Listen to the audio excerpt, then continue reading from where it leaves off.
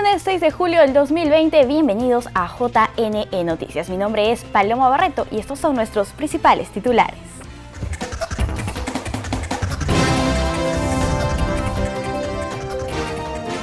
Crean distrito electoral de peruanos en el exterior.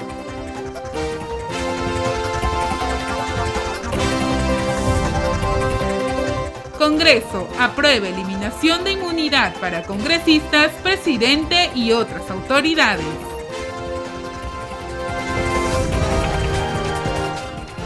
Aprueban prohibición de postulación a cargos públicos a sentenciados en primera instancia.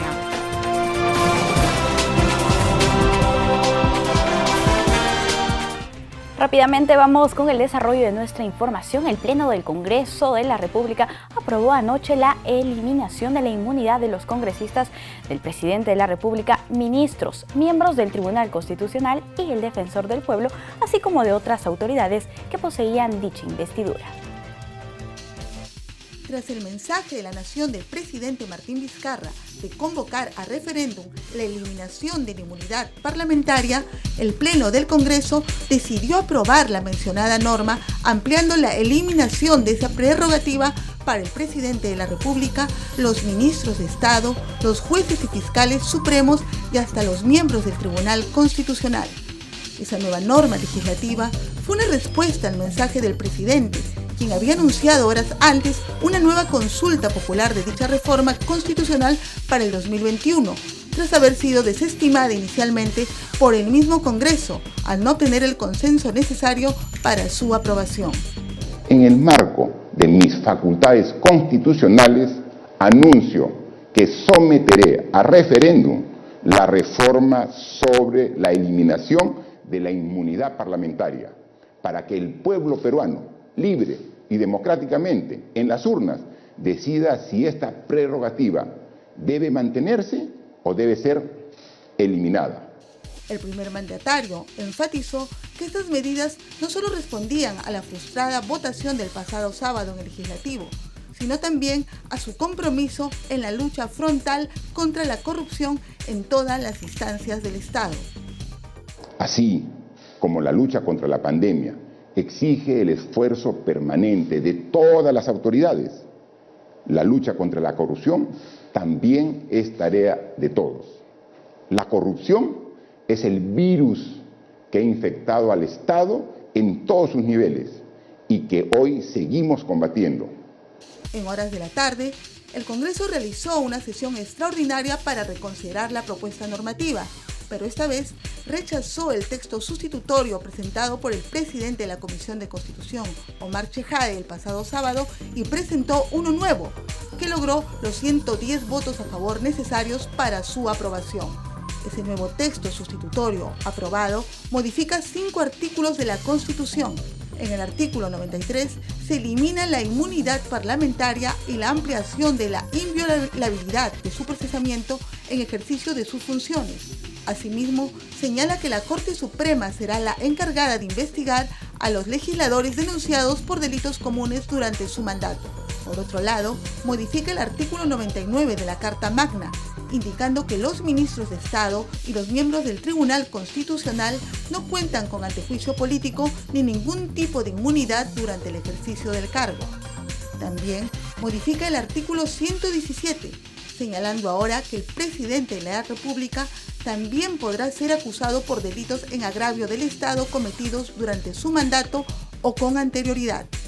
Finalmente, en el artículo 161 se elimina la parte en que se establecía que el defensor del pueblo gozaba de inmunidad y de las mismas prerrogativas de los congresistas. Cabe recordar que en una sesión maratónica de más de 10 horas, el Pleno del Congreso no alcanzó los 87 votos requeridos para convertir en ley esa norma sobre eliminación parlamentaria y debía ser sometida a referéndum para su aprobación. Desde Tumbes, el presidente Martín Vizcarra felicitó al Congreso por su disposición de rectificación en el último pleno. Sin embargo, criticó los cambios aprobados a la inmunidad de altos funcionarios y expresó su disposición para cualquier investigación que se le pueda abrir. Creemos que es un ardid para mantener la inmunidad parlamentaria. Si quieren algo contra el presidente, aquí está, para poder responder cualquier tema, porque siempre hemos actuado de manera honesta a favor del pueblo. En consecuencia, lo que sí nos preocupa, que nos quieren tomar el pelo. Congreso aprobó creación del Distrito Electoral de Peruanos en el Exterior. Norma establece que esta circunscripción contará con 2 escaños que serán restados a la representación de Lima. El Pleno del Congreso aprobó la creación del Distrito Electoral de los peruanos residentes en el extranjero, otorgándole 2 curules en la próxima representación nacional. En tal sentido, se crea el Distrito Electoral 27, modificándose para ello el artículo 21 de la Ley Orgánica de Elecciones. Según lo aprobado, los 2 escaños para los peruanos en el exterior serán restados de los que tiene el Distrito Electoral de Lima, que pasará de tener 36 a 34 curules. Asimismo, la iniciativa mantiene el número de parlamentarios en 130 y su aplicación se iniciará para las próximas elecciones generales de 2021. El proyecto ley sobre la eliminación del voto preferencial no pudo ser visto en el Pleno del Congreso, por lo que el voto preferencial será aplicable para las elecciones generales del 2021. Pese a que algunas agrupaciones políticas intentaron que fuera incluido en la agenda del Congreso, el proyecto ley sobre la eliminación del voto preferencial no fue puesto a debate parlamentario el pasado viernes y por tanto no será aplicable para las elecciones generales del 2021. Es preciso recordar que las leyes en materia electoral, como la referida, se deben promulgar y publicar hasta un año antes del acto electoral. Al no ser vista el viernes 3 en la última legislatura del periodo 2019-2020, dicha norma solo podrá ser revisada para ser aplicada en los comicios del 2026. En víspera de la sesión del Pleno del viernes, el Partido Morado, el Frente Amplio y Unión por el Perú presentaron un proyecto multipartidario a la mesa directiva del Congreso para que esta norma sea exonerada de comisión y fuera debatida de urgencia en el último Pleno, pero esto no fue tomado en cuenta por no contar con las firmas requeridas. Cabe recordar que dicha norma fue aprobada en la Comisión de la Mujer al no llegarse a un consenso en la Comisión de Constitución. Sin embargo, en el Pleno del Congreso anterior no se llegó a un acuerdo para la eliminación del voto preferencial. La vigencia del voto preferencial es considerada por algunos grupos políticos y sociales como un impedimento para que la ley de paridad y alternancia sea aplicada en toda su amplitud en las elecciones generales del 2021. Vamos a cambiar el ángulo de la información. Continuando con su labor formativa, la Escuela Electoral y de Gobernabilidad iniciará el curso de especialización en prevención y gestión de conflictos socioelectorales. La Escuela Electoral y de Gobernabilidad del Jurado Nacional de Elecciones iniciará el curso de especialización en prevención y gestión de conflictos socioelectorales el próximo 13 de julio. El objetivo de este curso es formar profesionales altamente capacitados con conocimientos y habilidades para la prevención y transformación de conflictos socioelectorales. El curso se divide en 4 módulos que se desarrollará en 5 semanas, con un total de 50 horas académicas. En estas sesiones se abordará la conflictividad social y electoral en el Perú, la cual está estrechamente relacionada con el territorio, la presión por los recursos naturales, el modelo de desarrollo y los resultados electorales. El curso de especialización se desarrollará en la modalidad virtual al 100% y se tomarán controles de lectura, foros de debate y ensayo final, los cuales están orientados a medir el aprendizaje obtenido por cada participante. El Registro Nacional de Identificación y Estado Civil reabre sus puertas para atender a usuarios que soliciten cita previamente. Los detalles en la siguiente nota. A la reapertura de la oficina registral de Miraflores se suma la de otros 4 locales del RENIEC ubicados en los distritos de Independencia, Cercado de Lima, Jesús María y San Borja. En ellos solo serán atendidos los ciudadanos que hayan reservado previamente una cita a través de la página web del organismo público www.reniec.gov.pe, servicios en línea, reserva de citas. Las citas se programan exclusivamente para trámites que no se pueden efectuar en dicha página web y después de haber pagado la tasa correspondiente. Desde este lunes se abre la oficina registral Independencia y el jueves 9 la sede que se encuentra en la sexta cuadra del Jirón Cusco, en el Cercado de Lima. El lunes 13 de julio comenzará a atender la oficina registral de Jesús María y el jueves 16 la de San Borja. En las semanas siguientes empezarán a atender los principales locales ubicados al interior del país de acuerdo a un plan de reapertura gradual y progresiva. Este plan contempla la señalización fuera y dentro de las oficinas y la colocación de micas protectoras en todas las ventanillas. Además, el control de la temperatura de cada ciudadano que ingresa, quien deberá usar alcohol y un pediluvio para la desinfección de manos y calzado. Los ciudadanos que visitaron las instalaciones del RENIEC en la sede Miraflores con previa cita dieron fe de la eficiente atención. Eficiente y rápido. Excelente, muy bien, muy rápida la atención. Los trámites que se atienden de manera presencial son renovación de DNI, rectificación de datos e imágenes, cambio de estado civil, excepto cuando puede efectuarse vía web, inscripción de nacimiento, matrimonio y defunción en el sistema de registros civiles. Los pagos pueden hacerse desde una computadora mediante pagalo.pe, la plataforma virtual del Banco de la Nación.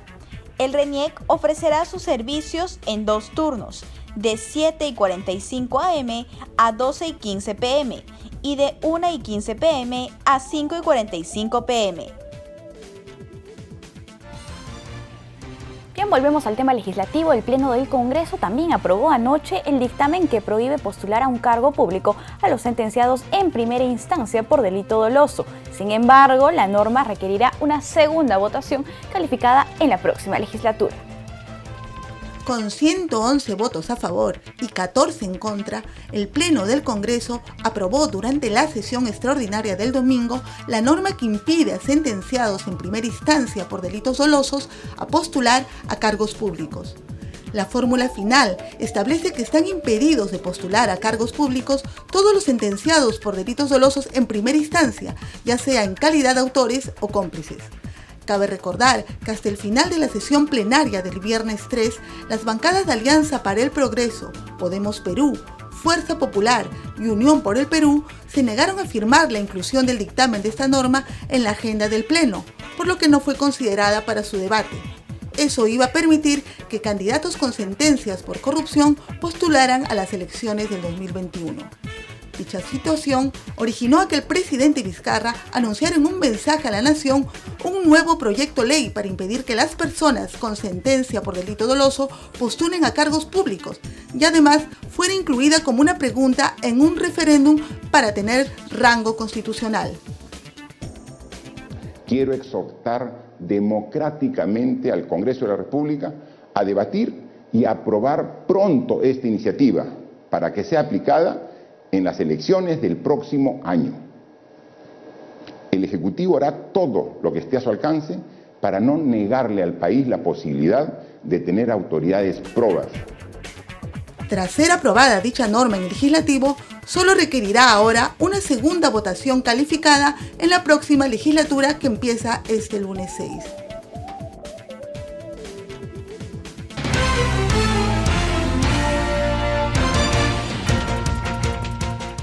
El día de ayer, antes de la medianoche, el Pleno del Congreso de la República aprobó prohibir la postulación de sentenciados en primera instancia a cargos públicos. Nos encontramos en este momento con José Villalobos. Él es el presidente del Instituto Peruano de Derecho Electoral, quien nos va a dar más alcances de lo que significó esta jornada. ¿Cómo está, doctor? Muy buenos días. Gracias por estar con nosotros. Paloma, muy buenos días. Un saludo a todos los televidentes de Jurado TV. Bien, doctor, para que nos comente, por favor, cuáles son las implicancias de esta modificatoria que se ha aprobado el día de ayer. Sí, como tú lo has señalado antes de la medianoche, ayer domingo, el Pleno del Congreso ha aprobado en primera votación una reforma constitucional que incorpora el artículo 34A a la Constitución el cual va a impedir que cualquier persona que tenga una condena, una sentencia condenatoria en primera instancia por cualquier delito doloso, no pueda ser candidato a cargos de elección popular. Sin embargo, esta ley de reforma constitucional ha recibido recién ayer una primera votación y, de acuerdo a la Constitución, al artículo 206, tiene que ser votada en una siguiente legislatura que empieza hoy a las 3 de la tarde. Por lo tanto, hasta que no se apruebe en una segunda legislatura, esta reforma constitucional no va a estar vigente. Bien, doctor, la consulta ahora es si de repente esta modificatoria ya aprobada va en contra de la presunción de inocencia. Sí, definitivamente esta es una discusión que se va a realizar en el ámbito constitucional. Recordemos que la Constitución, en el artículo 139, reconoce que toda persona tiene derecho a la doble instancia, y asimismo la misma Constitución reconoce que todos somos inocentes hasta que no se haya demostrado nuestra culpabilidad en un juicio, y el juicio no acaba con una sentencia en primera instancia, sino que el juicio acaba cuando una persona ha agotado todos los medios impugnativos, es decir, ha podido apelar, ha llegado a la última instancia y en esa última instancia se le ha declarado la culpabilidad. Una sentencia en primera instancia, más allá de la culpabilidad que se haya declarado, no es una sentencia que haya adquirido la calidad de firme, no es cosa juzgada, pero además está el problema de que en apelación podrían declarar inocente a esa persona que ahora se le va a privar de un derecho fundamental como al sufragio pasivo, el de ser elegido. En ese sentido, doctor, de repente más adelante podría traer consecuencias negativas para el Estado peruano. Bueno, definitivamente hay antecedentes de que la Corte Interamericana de San José, la Convención Interamericana de Derechos Humanos, reconoce y consagra el derecho a la participación política en su artículo 23 y establece claramente que no se puede restringir un derecho tan importante como la participación política si es que no es con una condena penal, pero que haya adquirido la calidad de firme. Entonces, eventualmente, una vez que esta norma, esta reforma constitucional esté vigente, cualquier afectado podría, si es que en el fuero interno, si es que acá el Jurado Nacional de Elecciones no le admite la candidatura y luego esta persona acude a la justicia constitucional y llega al Tribunal Constitucional y tampoco lo ampara, puede denunciar al Perú ante la Corte Interamericana y, como te dije, hay antecedentes. En el caso de Leopoldo López contra Venezuela, la Corte ha establecido claramente que no se puede restringir el derecho del sufragio sin una condena penal, pero no una condena de primera instancia. La Corte se refiere, porque la Corte defiende la doble instancia y la presunción de inocencia, con una sentencia en definitiva instancia. Pero vamos a ver si es que eso sucede, podría demorar muchos años y por lo tanto en el fuero interno es muy posible que esta norma sí surta efectos para el 2021. Bien, ese es un tema que ya se verá más adelante en todo caso. Al tratarse esta de una reforma constitucional, necesita una segunda votación en otra legislatura, que es la que comienza el día de hoy. ¿Cuáles serían los siguientes pasos para la aprobación y ya formalización y publicación de esta norma? Sí, lo que tiene que hacer ahora el Pleno se instala hoy a las 3 de la tarde, empieza la legislatura y tenemos varios meses de legislatura. Sin embargo, hay que recordar que el Congreso solo tiene hasta el mes de septiembre para aprobar leyes electorales o leyes en materia electoral. Por lo tanto, esta reforma a la Constitución que en primera votación se ha aprobado ayer, tiene que ser aprobada en una segunda votación a partir de hoy y hasta antes de que vence el plazo de la intangibilidad y ser publicada en el peruano para que pueda aplicarse para las elecciones del 2021. Bien, todavía entonces se tiene el plazo para hacer esta segunda votación, la aprobación y publicación. Bueno, doctor... Sí, Paloma, lo que hay que tener en cuenta es que hay que determinar o hay que establecer hasta cuándo se va a considerar que una persona debe estar con una sentencia en primera instancia para poder postular. Recordemos que el 23 de diciembre de este año vence el plazo para que los candidatos o los partidos inscriban las listas.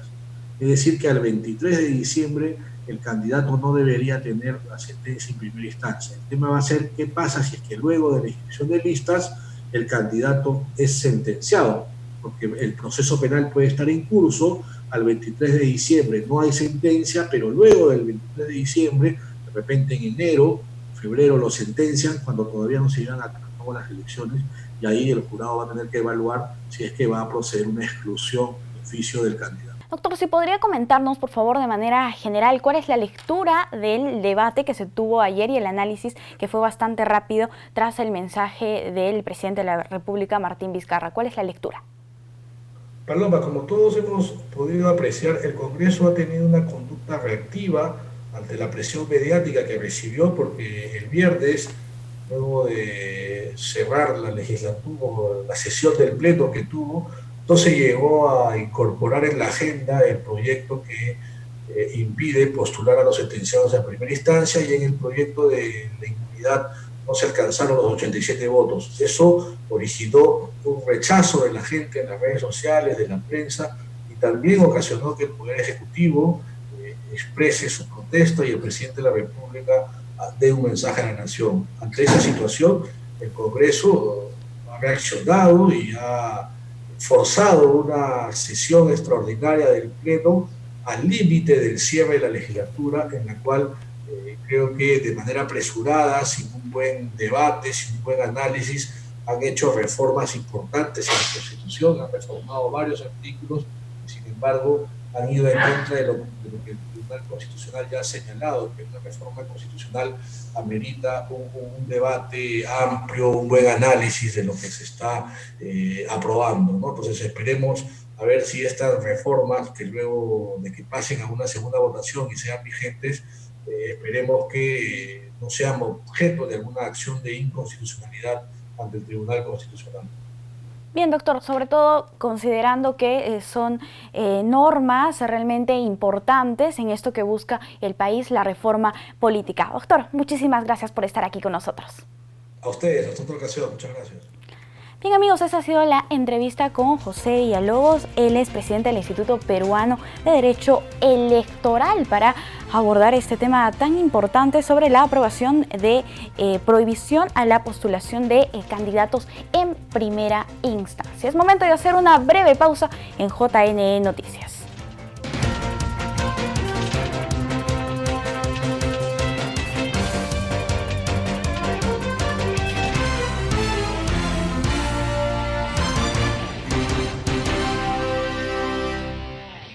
Poder Judicial dicta 36 meses de arresto domiciliario contra Yehude Simón. La Fiscalía le atribuye haber recibido aportes irregulares de Odebrecht para su campaña como gobernador de Lambayeque. El Poder Judicial dictó 36 meses de arresto domiciliario contra el ex primer ministro Yehude Simón en el marco de la investigación en su contra por colusión y lavado de activos en el caso Lavallato. La Corte Superior decidió variar la comparecencia con restricciones que venía cumpliendo Simón desde inicios de marzo por esta medida. La entidad también le impuso una caución de 50.000 soles, así como determinadas reglas de conducta que deberá cumplir. Como se recuerda, la investigación que realiza el equipo especial Lavallato contra Simón es por el proyecto Olmos y la recepción de aportes de $300.000 para su campaña por parte de la constructora brasileña Odebrecht. El Contralor General solicitó al Congreso la aprobación de ley para tipificar penalmente las infracciones legales que cometan funcionarios públicos. Recalcó su necesidad, sobre todo por la actual situación donde se han registrado diversas irregularidades en el marco de la emergencia sanitaria. El Contralor General Nelson Schack formuló un llamado al Congreso de la República para debatir y aprobar el proyecto de ley que tipifica las conductas infractoras de los funcionarios y servidores públicos, a quienes la Contraloría determine responsabilidad administrativa funcional como resultado del control posterior. Situación que permitirá aplicar sanciones severas a los responsables de casos de corrupción y disminuir la sensación de impunidad que ahora se refleja por la imposibilidad de ejercer la facultad sancionadora del máximo ente del Sistema Nacional de Control. El titular de la entidad fiscalizadora señaló que en la actual coyuntura de emergencia por COVID-19 se necesita establecer conductas infractoras tipificadas en la ley que sean mucho más precisas y rigurosas, así como sanciones más severas. Shah aseguró que la inconducta funcional no solo genera un perjuicio económico al Estado, sino que además genera graves afectaciones al servicio público. También aclaró que mientras más demore en aprobarse esta ley, no se podrá sancionar a los responsables de hechos irregulares durante la emergencia sanitaria, debido a que la ley no es retroactiva y recién se aplicará a hechos ocurridos luego de su publicación. La Contraloría intervino en 2 comisarías de la provincia de Pasco. Se reveló que las dependencias policiales usan equipos de protección contra el coronavirus sin marca. Este es un informe gracias a nuestro medio aliado Agenda Pasco. La Contraloría General de la República advirtió deficiencias en la recepción de los equipos de protección contra el coronavirus en las comisarías de Yanacancha y Chaupimarca en Pasco. Se identificó que mascarillas y guantes descartables distribuidos a los efectivos policiales no especificaban una marca. En la comisaría de Chaupimarca, por ejemplo, se recepcionaron 935 mascarillas y 340 guantes látex, los cuales no especificaron sus características técnicas. Una misma situación se encontró en la comisaría de Yanacancha, en la recepción de 649 mascarillas y 334 guantes látex. Es una preocupación que nosotros tenemos y debido justamente a las múltiples denuncias que han habido en nuestra región sobre los equipos de protección personal. El informe final de la auditoría señala que ambas dependencias policiales no cuentan con almacén para los equipos de protección personal. Además, en la comisaría de Chaupimarca no existe un área de comedor para los agentes. La Contraloría, a través de la Gerencia Regional de Control de Pasco, remitió ambos informes a las dependencias policiales, solicitando que se adopten las medidas correctivas que correspondan. Tenemos un enlace ahora con nuestro canal aliado TV Cosmos de Trujillo. Tras el aumento de los casos de COVID-19, las autoridades de salud de esta región se han pronunciado. Adelante, los escuchamos. Nos encontramos en estos momentos con el doctor Wilmar Gutiérrez Portilla, quien es decano encargado del Colegio Médico del Perú, Consejo Regional 1 de la Libertad, con quien vamos a hablar acerca de un comunicado que han presentado por la preocupación que vienen teniendo y quieren pedir al Ejecutivo, a través de las vías correspondientes, en este caso el Gobierno Regional de la Libertad, que puedan solicitar que reevalúen el tema de la cuarentena aquí en nuestra región por los casos exagerados que se vienen aumentando prácticamente con el coronavirus, esta enfermedad que viene aquejando a nuestra región y va en aumento. Doctor, buenas noches. Cuéntenos acerca de este pedido que están solicitando. Bueno, el pedido viene por la preocupación que tenemos por el número de infectados que se ha reportado, y esos son cifras oficiales, y el número de fallecidos que se tiene, ¿no? Si bien al comienzo, cuando hemos estado con la cuarentena, la letalidad estaba alrededor de 4 a 5%, si nosotros vemos las cifras oficiales, estamos en el 10%, ¿no? O sea, la letalidad prácticamente se ha duplicado y con tendencia a subir, ¿no? Entonces, ¿por qué? Porque el colapso de los hospitales, el problema de la salud, el problema del oxígeno y el problema de que ya la gente está no guardando las normas porque cree que ya la cuarentena ya terminó, ¿no? Entonces, ese es el pedido que se tiene al Ejecutivo, en que replantee realmente y sincere las cifras primero, ¿no? Y vea qué tan diferente hemos estado de antes y vea la progresión de cómo va la pandemia manifestándose en nuestra región. Esa es nuestra preocupación. Hace un momento nomás le decía, hemos estado en reunión con las sociedades científicas del Colegio Médico, como son los presidentes de infectología, de la Sociedad de Infectología, de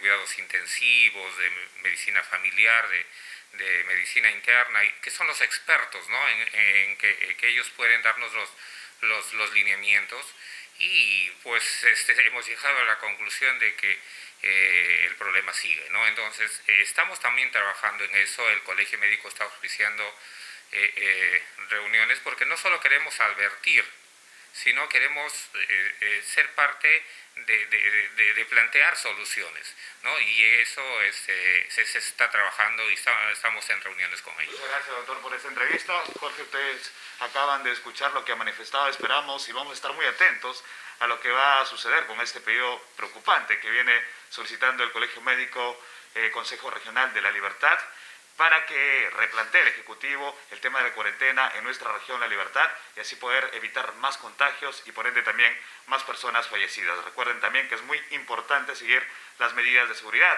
La batalla, la guerra contra la COVID-19 todavía no termina y depende de nosotros. Regresamos con ustedes a estudios. Muchas gracias. Es momento de recibir la más completa información oficial sobre COVID-19 gracias a la Agencia Andina de Noticias. Ana Bendezú nos reporta.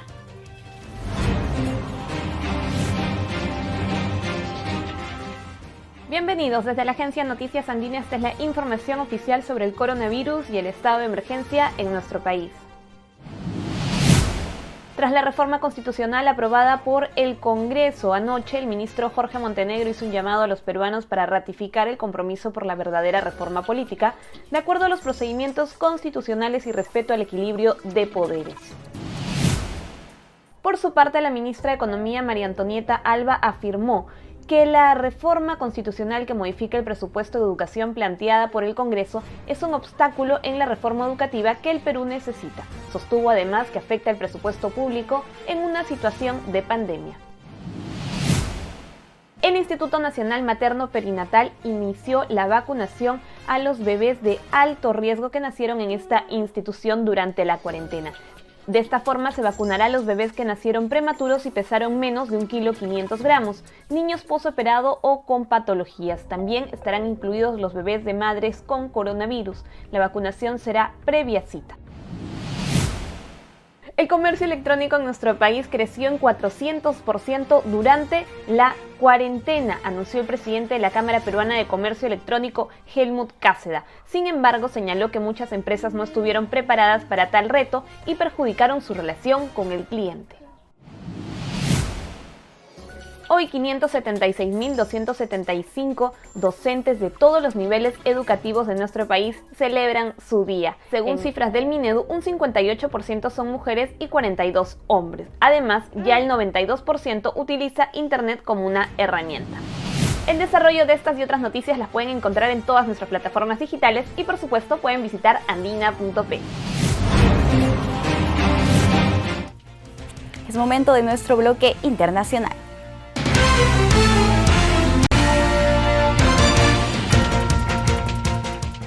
Un total de 11 colaboradores del líder opositor Juan Guaidó fueron imputados en Venezuela por presunta traición a la patria, por haber logrado tener acceso a las reservas de oro que ese país posee en un banco de Gran Bretaña. La Fiscalía venezolana ordenó la detención de 5 miembros de la Junta ad hoc nombrada por Juan Guaidó para el Banco Central de Venezuela por traición a la patria, tras la decisión del Tribunal Superior Británico de que accedan a las reservas de oro del país en el Banco de Inglaterra.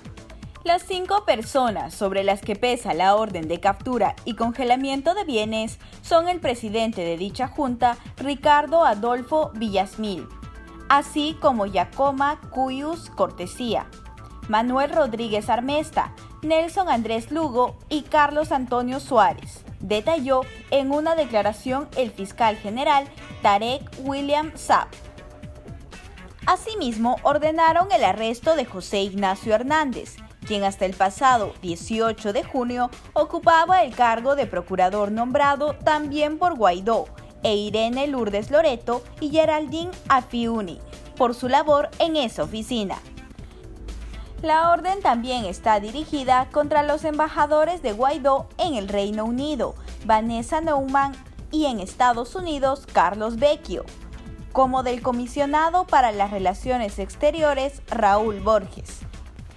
En total, 11 colaboradores del presidente Juan Guaidó son perseguidos por el dictador venezolano Nicolás Maduro. República Dominicana ya cuenta con un nuevo presidente. Luis Abinader fue el ganador de la primera elección realizada en Latinoamérica desde que empezó la pandemia. El candidato del Partido Revolucionario Moderno, Luis Abinader, es el nuevo y virtual ganador de las elecciones presidenciales de la República Dominicana, elegido este domingo 5 de julio en comicios presidenciales y congresales. Es importante resaltar que después de 16 años consecutivos, el Partido de la Liberación Dominicana sale del poder, abriendo paso a una nueva formación política en el país. Cabe destacar que el economista Abinader postuló ya hace 4 años y fue derrotado en las elecciones generales por el actual gobernante dominicano Danilo Medina. Estas elecciones generales son los primeros comicios celebrados en un contexto de pandemia en Latinoamérica. En Rusia se realizó un referéndum que permite realizar varias enmiendas constitucionales, imponiéndose Vladimir Putin con más del 70% de votos. Con ello se allana el camino a una reforma constitucional que permita a Putin mantenerse en la presidencia hasta el 2036. El presidente de Rusia, Vladimir Putin, obtuvo el 73% de votación a favor en el referéndum para una reforma constitucional que lo mantendría en el poder hasta el 2036. Esto en caso postule a 2 mandatos más en Rusia.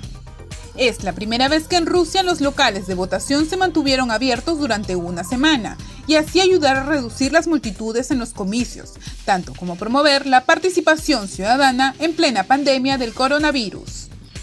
Cabe destacar que el presidente ruso votó en Moscú, sorprendiendo a los asistentes ya que no contaba con mascarilla, en el contexto de bioseguridad y distanciamiento.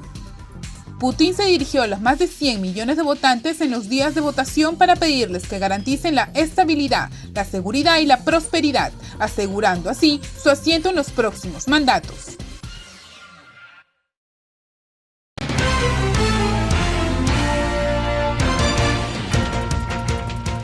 Amigos, es momento de una entrevista. La semana pasada Rusia acudió a las urnas para votar un referéndum sobre aproximadamente 200 enmiendas para la constitución de dicho país. Vamos a conversar por tal razón con el internacionalista Miguel Rodríguez Macay para que nos comente más o menos de qué manera se desarrolló este proceso y cuáles son sus consecuencias. ¿Cómo está, doctor? Es un placer tenerlo aquí en JN Noticias. Paloma, muy buenos días con todos ustedes. Bien. Pues fíjate, coméntenos, por favor. Una pregunta directa, una pregunta muy importante. Y creo que las elecciones, en realidad, el llevar a un proceso de referéndum, el proceso de elección del presidente de la Federación Rusa, pues se ha hecho en las circunstancias en que precisamente no debió suceder. En plena pandemia, Vladimir Putin recibió muchas críticas por llevar adelante un proceso de consulta en un momento en que Rusia, como muchos otros países del mundo, viene siendo impactado por la pandemia del COVID-19. Doctor, en ese sentido, ¿se han tenido algunas medidas de seguridad sanitaria adicionales o cómo se ha llevado este proceso? Pues déjame decirte, Paloma, que precisamente tu buena pregunta no ha podido ser contestada por las autoridades de Rusia. Gran parte de las críticas pasaba porque el hecho mismo de que la gente pudiera expresar una votación sobre si debe o no buscarse un mecanismo, entre otras cosas, de la prórroga del mandato del presidente, porque comprenderás que se han consultado varias cosas y entre ellas los cambios cualitativos en la Constitución de la Federación Rusa, pues no ha habido ninguna garantía como para pensar que un fenómeno que acumula a 120 millones de electores de los 144 millones de habitantes que tiene la Federación Rusa, es, a mi juicio, en estas circunstancias, una impertinencia política de Vladimir Putin que ya lleva 21 años en el poder a sus 67 años de edad, con esta pasión acumulada en el ego, como el famoso macho alfa de Rusia, para seguramente querer quedarse en el poder hasta el año 2036. Bien, doctor, si podría comentarnos qué es lo que fueron a votar los ciudadanos rusos la semana pasada, cuáles son estas modificatorias, enmiendas, qué es lo que pretende el presidente Vladimir Putin. Bueno, primero que es una consagración al conservadurismo en la Constitución. Es decir, por ejemplo, se consagra que el matrimonio solamente es moralmente y de buena fe el matrimonio heterosexual. No hay posibilidad, como está pasándole a mucha parte de la zona euroasiática, de extender el matrimonio entre homosexuales. No estoy diciendo que esté de acuerdo o en desacuerdo. Estoy refiriendo de que es la talla conservadora que ha primado allí. El hecho mismo de que se supervalore al eje social en el reconocimiento del niño. Esto sí es importante como la entidad natural, el ser humano en ese estadio que merece todo el tipo de atenciones supervaloradas por el propio Estado. Volver a la sociedad rusa en una constitución con su invocación permanente a Dios, bastante espiritual. Dios primero que todo, una cuestión que no veíamos en los tiempos de los bolcheviques con Lenin o Stalin, por cierto, y que evidentemente produce un cambio cualitativo en un Vladimir Putin que más bien muestra como eje central en este proyecto aprobado ahora para que el presidente de Rusia pueda ser reelegido en 2 oportunidades. Es decir, estamos hablando de 12 años, 6 por cada periodo gubernamental. Vladimir Putin tendría plato servido para seguir en el poder más tiempo sería que el que estuvo Joseph Stalin. Recuerda que Stalin estuvo de 1922 hasta el año 53 como secretario general del Partido Comunista. Si se consumara toda la pretensión de Vladimir Putin, serían 36 años superando a cualquier otro jefe que haya tenido la entonces Unión Soviética o ahora la Federación Rusa en su historia reciente del siglo XX y XXI. Así es, doctor, incluso hasta el 2036. ¿Podría comentarnos de repente cuáles serían las consecuencias negativas de que un presidente se enquiste tanto tiempo en el poder? Fíjate, Paloma, siempre es negativo que un presidente, que un mandatario acumule primero tanto poder, que lo tienen las diversas instituciones tutelares, y eso también es parte de las críticas que se le ha hecho, el control que ha tenido en todo el aparato estructural de la elección. Ahí hay una primera llamada de atención. Cuando uno acumula poder, controla todo.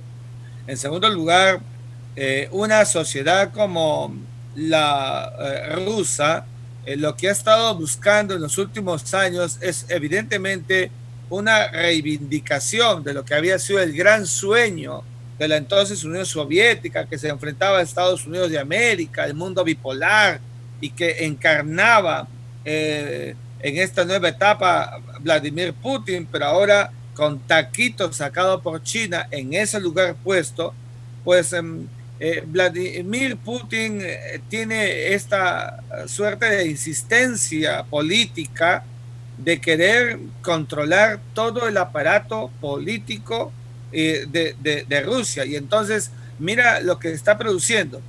Mete preso a 2 de los principales actores políticos de Rusia, que por solamente decir sus planteamientos distintos, es el caso de Navalny, Alex Navalny, y de Sergei Udaltsov. Los dos dijeron en su momento posiciones democráticamente opuestas, y uno estuvo 2 años en la cárcel y el otro 5. Y entonces estamos aquí consumando a una persona que no tolera primero la crítica, eso es muy malo, no tolera que hayan posiciones distintas y distantes a lo que ha venido siendo el manejo de la pandemia en Rusia, que por cierto ha recibido muchas críticas, y en consecuencia estamos viendo aquí un acto arbitrario. En Rusia o en cualquier otra parte del mundo, el perpetuarse en el poder es un signo realmente muy negativo, contrario a la voluntas gentium, a la voluntad general, que debe ser siempre la máxima. Y aquí Putin está controlando todo el aparato estatal de Rusia. No hay en estos momentos, Paloma, un competidor que pueda salir al frente, y no porque realmente materialmente no haya, sino porque él no permite que le hagan sombra. Inmediatamente la policía secreta, el sistema de inteligencia ruso lo neutraliza, y esos son todos muy malos signos para una Rusia que después de haber salido del ostracismo del comunismo por más de 70 años, debió comenzar una democracia límpida como corresponde y seguir en ese trecho. Pero Vladimir Putin pareciera que no está realmente en ese mismo camino. Sin embargo, también habría que analizar la respuesta de los rusos, de los ciudadanos, porque finalmente ellos fueron quienes en las urnas respaldaron al presidente Vladimir. No, yo estoy completamente de acuerdo contigo. La voluntad popular siempre es la que debe mandar, pero no olvidemos que también la voluntad popular suele ser siempre, en casos como estos, con dictadores que han a través de la historia permanecido casi buscando la perpetuación en el poder, manipulados. Por eso se dice que la democracia, Paloma, es imperfecta, porque Vladimir Putin construye todo un aparato político, administrativo, logístico, transversal, para controlar directamente un proceso donde tiene todos los recursos para hacerlo. Es evidente que y con políticas populistas en el camino, el pueblo va a estar contento con una medida de esta naturaleza, pero que es una burbuja porque no refleja la verdadera realidad de una Rusia que en estos momentos continúa asfixiada con las enormes sanciones que tiene por parte de Estados Unidos, la Unión Europea y las propias Naciones Unidas, y todavía no logra este sueño aparejado que le pidió la sociedad rusa al elegirlo presidente, de convertirlo otra vez en la otra superpotencia con Estados Unidos. Ese lugar lo tiene en estos momentos China de manera incuestionable. Bien, doctor, muchísimas gracias por estar aquí con nosotros. Bastante que analizar, seguramente en otra oportunidad también podremos tenerlo. Muchas gracias. Encantado, muy buenos días. Bien, amigos, hasta aquí con la información internacional.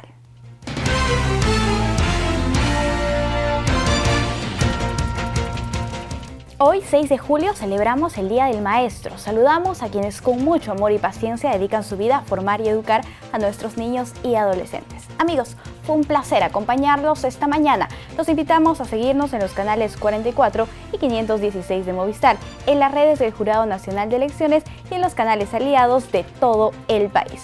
Los dejamos con imágenes de la hermosa ciudad de Arequipa.